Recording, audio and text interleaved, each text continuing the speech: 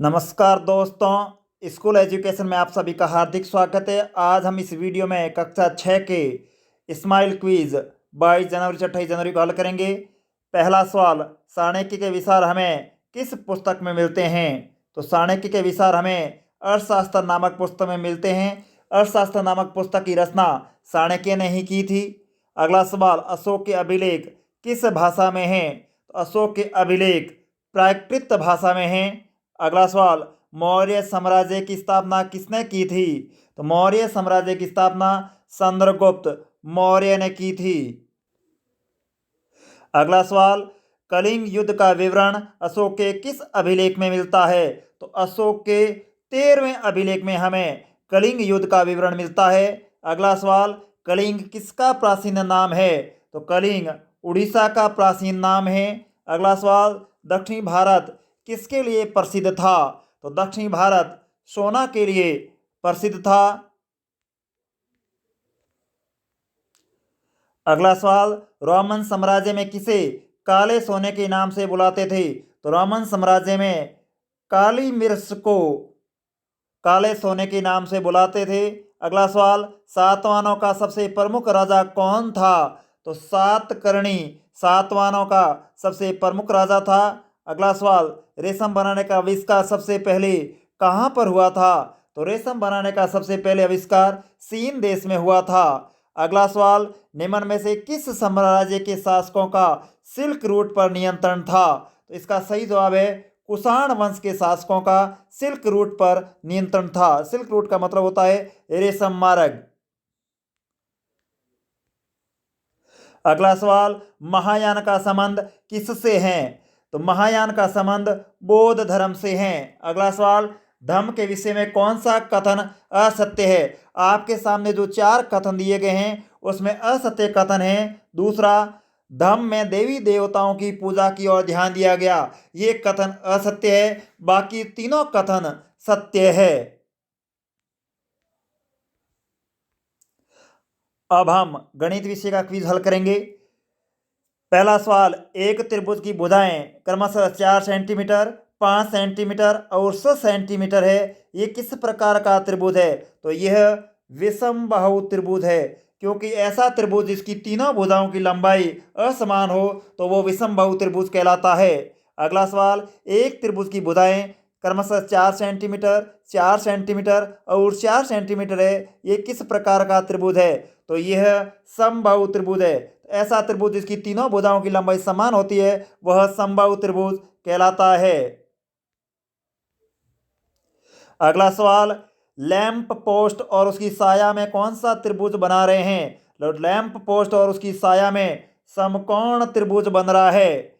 अगला सवाल, त्रिभुज जिसका एक कोण 90 डिग्री से अधिक और अन्य 2 कोण 90 डिग्री से छोटे होते हैं कैसा त्रिभुज कहलाता? तो यह ऐसा त्रिभुज अधिक कोण त्रिभुज कहलाता है। वह त्रिभुज जिसमें एक कोण 90 डिग्री से अधिक और 180 डिग्री से छोटा हो तो ऐसा त्रिभुज अधिक कोण त्रिभुज कहलाता है। अगला सवाल, दिए गए चित्र में कौन सा विकल्प एक घनाभ का है? जो चित्र नंबर 4 यानी 4 नंबर है वो एक घनाभ का चित्र है। अगला सवाल, चित्र में दी गई सभी 3D आकृतियों के नाम लिखिए। तो इस चित्र के अंतर्गत अपन को 3 3D आकृतियां देखने को मिल रही है। एक शंकु, बेलन और घनाभ। तो शंकु, बेलन, घनाभ, इस चित्र में 3 3D आकृतियां हैं। अगला सवाल, यदि 2 पासों को आपस में जोड़ दिया जाए तो कौन सी नई आकृति बनेगी? यदि 2 पासों को आपस में जोड़ दिया जाए जो नई आकृति बनेगी वो घनाभ की होगी। अगला सवाल, चित्र में दिए गए चित्र में त्रिभुज और वृत्त की कुल संख्या है। तो इस चित्र में 1 2 3 त्रिभुज और 2 वृत्त है, तो कुल मिलाकर इनकी संख्या 5 है।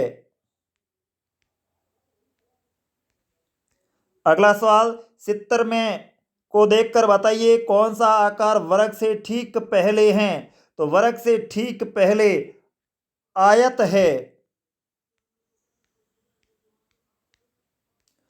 अगला सवाल, दी गई आकृतियों में कौन सी आकृति आयत की है?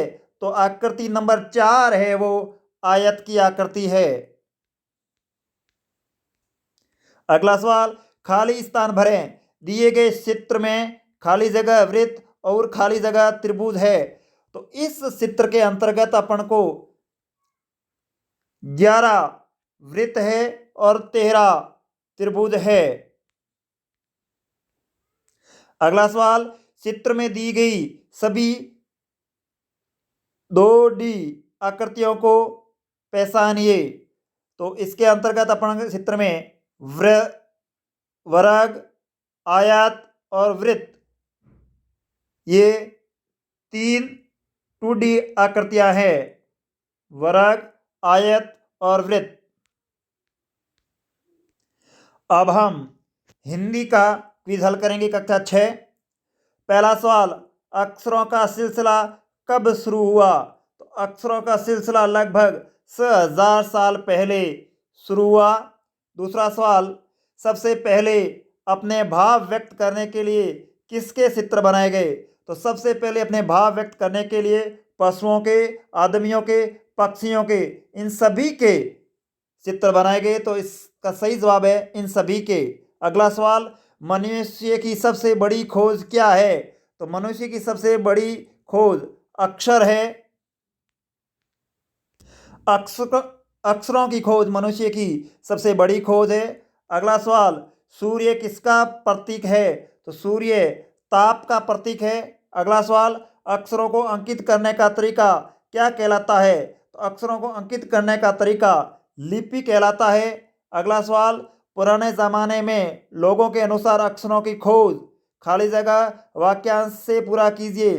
तो पुराने ज़माने में लोगों के अनुसार अक्षरों की खोज ईश्वर ने की।